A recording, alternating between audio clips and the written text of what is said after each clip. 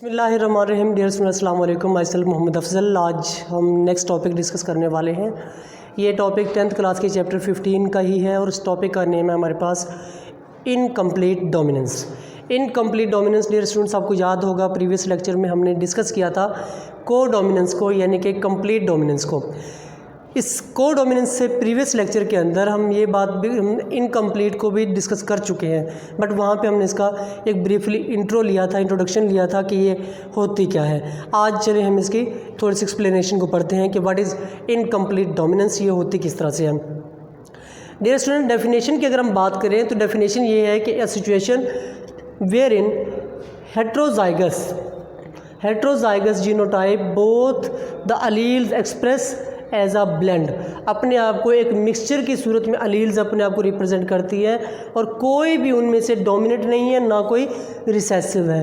यानी कि एक ऐसा सिचुएशन, एक ऐसा प्रोसेस, एक ऐसी कंडीशन जिसमें क्या होता है कि दोनों अलील्स अपने आप को एक्सप्रेस करने की कोशिश करती हैं और दोनों एक्सप्रेस करने की या दोनों अपने आप को कोशिश करती हैं कि दोनों ही अपने आप को जाहिर कर दें, डोमिनेट कर दें, बट वो दोनों अपने आप को ना तो डोमिनेट नहीं कर पाती, ना एक दूसरे को हरा पाती हैं, दोनों अपने आप को एक्सप्रेस थोड़ा थोड़ा कर देती हैं। सिंपल लफ्ज़ों में अगर मैं यूँ कहूँ कि अगर हम ये कहें कि दो अलील्स की आपस में अगर लड़ाई होती है कि कौन जीतना चाहता है, जीतने का मतलब कौन डोमिनेंट आता है, गालिब आता है, तो एक इनकम्प्लीट डोमिनेंस के अंदर कोई नहीं जीत पाता, बल्कि फ़ैसला या मुकाबला जो है बराबरी का हो जाता है। दोनों अपने आप को थोड़ा थोड़ा रिप्रेजेंट कर देते हैं, दोनों अपने आप को किसी तरह से अपने आप को थोड़ी थोड़ी शमूलियत कर लेते हैं। ठीक है जी, यानी कि कोई भी डोमिनेंट नहीं होता और ना कोई रिसेसिव होता है, बल्कि दोनों की पार्टिसिपेशन इक्वल होती है। That is called incomplete dominance.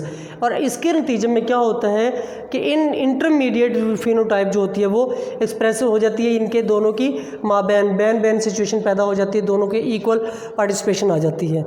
Incomplete dominance जो है, इसका सबसे बड़ा फ़ायदा हमारे पास क्या होता है कि इसमें बहुत सारे फिजियोलॉजिकली वेरिएशंस पैदा हो जाती हैं। जानदार जो है उनके अंदर फिज़िकली जो है बहुत सारी वेरिएशंस, बहुत सारे तगय्युरात पैदा हो जाते हैं, उससे चांसेस बढ़ जाते हैं कि आगे से कोई नई चीज़ पैदा, नेक्स्ट जनरेशन के अंदर कोई न्यू जानदार पैदा होंगे। बट इसका जो सबसे बड़ा नुकसान है वो क्या है कि फिज़िकली एबनॉर्मल होते हैं, नंबर 1।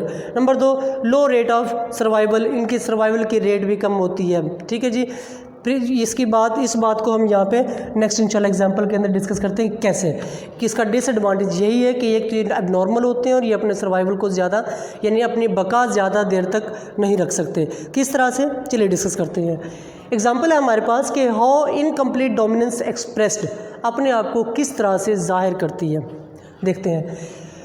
एग्जाम्पल प्रीवियस लेक्चर में हमने देखा था कि इनकम्प्लीट डोमिनेंस के जब हमने एग्जाम्पल की बात की थी तो हमने कहा था कि फ्लावर्स जो कलर होते हैं रेड एंड वाइट की अगर बात करें, उन दोनों को जो क्रॉस करवाया जाता है, क्रॉस के नतीजे में रेड एंड वाइट के क्रॉस से रेड पैदा नहीं होता, ना वाइट पैदा होता है, बल्कि उनके क्रॉस से एक ऐसी सिचुएशन पैदा हो जाती है जो दोनों के इंटरमीडिएट होती है, मीन के पिंक कलर। पिंक जो फ्लावर होते हैं उसमें वाइट का शेड भी होता है और रेड का शेड भी मौजूद होता है। वो ना तो कंप्लीट हम उसको रेड कह सकते हैं, ना उसको हम कंप्लीट वाइट कह सकते हैं, बल्कि उसका नाम ही चेंज हो जाता है, उसकी फिनोटाइप ही चेंज हो जाती है, that is called pink. Okay ji, तो यहाँ पे हमारे पास एक क्रॉस है P1 पेरेंट्स 1, जिनकी पहली जनरेशन को कहते हैं, जिसमें RR रिप्रेजेंट किया गया है, किसको, R कैपिटल रिप्रेजेंट करता है रेड कलर को, R स्मॉल रिप्रेजेंट करता है वाइट कलर को। यानी कि ये हमने फ्लावर कलर के लिए जो अलील सेलेक्ट किए हैं वो R को सिलेक्ट किया है और इसमें R जो है कैपिटल रेड को रिप्रेजेंट करता है और R स्मॉल जो है वो वाइट को रिप्रेजेंट करता है।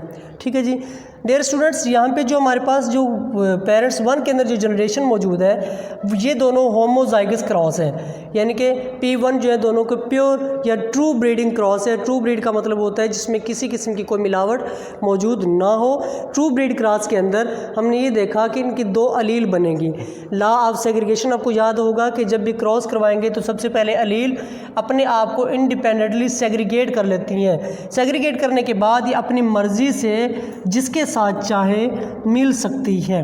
ठीक है जी, ये देखिएगा, ये यहाँ पे एक क्रॉस है इस स्मॉल आर के साथ, ये दूसरा क्रॉस है दूसरे स्मॉल आर के साथ। ठीक है जी, यानी कि अपनी मर्ज़ी से ये चाहे इसके साथ मिले या ये चाहे इसके साथ मिले, या ये चाहे इसके साथ मिले या ये चाहे इसके साथ मिले, इसको आप यूँ अपोजिट भी ले सकते हैं, यानी कि दोनों की अपनी इंडिपेंडेंटली अपनी मर्ज़ी है। जब P1 का यानी कि ट्रू ब्रीड का आपस में क्रॉस करवाते हैं होमोजाइगस प्लांट्स का, तो उससे हेट्रोजाइगस कंडीशन पैदा होती है। कैसे? Are capital R small, are capital R small, are capital R small, are capital R small, ये F1 जनरेशन जो है ये हेट्रोजाइगस पैदा होती है। ठीक है जी। और ये जो थे अगर रेड थे, ये क्या थे? वाइट थे, बट इनके जो ऑफस्प्रिंग पैदा हुए वो क्या है? पिंक कलर के हैं। ये कलर इस तरह के लिए किसी किस्म की कोई प्रॉपर फिनोटाइप आइडेंटिफाई, कोई प्रॉपर अलील आइडेंटिफाई नहीं की जाती। ठीक है जी। या पिंक कलर के लिए कोई प्रॉपर हमारे पास आइडेंटिफिकेशन नहीं है, उसमें किसी किस्म को हमने रिप्रेजेंट नहीं किया। जिस तरह रेड के लिए हमने आर को सिलेक्ट किया था अलील को, पिंक के लिए किसी किस्म की कोई जो स्पेसिफिक जीन है वो आइडेंटिफाई नहीं की गई, क्योंकि ये हेट्रोजाइगस है। जब हम F1 का, ये F1 जनरेशन है, इनका आपस में क्रॉस करवाते हैं, उस क्रॉस के नतीजे में ये हमारे पास F1 जनरेशन है। ठीक है जी। और ये F2 जनरेशन है, उसमें F2 जो पैदा होगी उसमें आप देख सकते हैं कि आर, ये दोनों ये होमोजाइगस है और ये भी होमोजाइगस है, यानी कि दो होमोजाइगस पैदा हुए जो पिंक कलर के हैं। ठीक है जी। सॉरी, दो होमोजाइगस हैं अलग अलग। एक क्या है हमारे पास? रेड है, ये एक कंप्लीट रेड हो गया। एक हमारे पास क्या है? वाइट है, ये हमारे पास कंप्लीट वाइट हो गया। बट दो जो सिचुएशन है वो हमारे पास पिंक कलर की है, वो हमारे पास अलहदा होगी। और पुनेट स्केयर के मुताबिक अगर हम इनकी रेशोज़ निकालते हैं, वो रेशो निकलती है 1:2:1, यानी कि एक रेड, दो पिंक और एक वाइट। इस तरह की जो जनरेशन है ये हमारे पास कहलाती है इनकम्प्लीट डोमिनेंसी।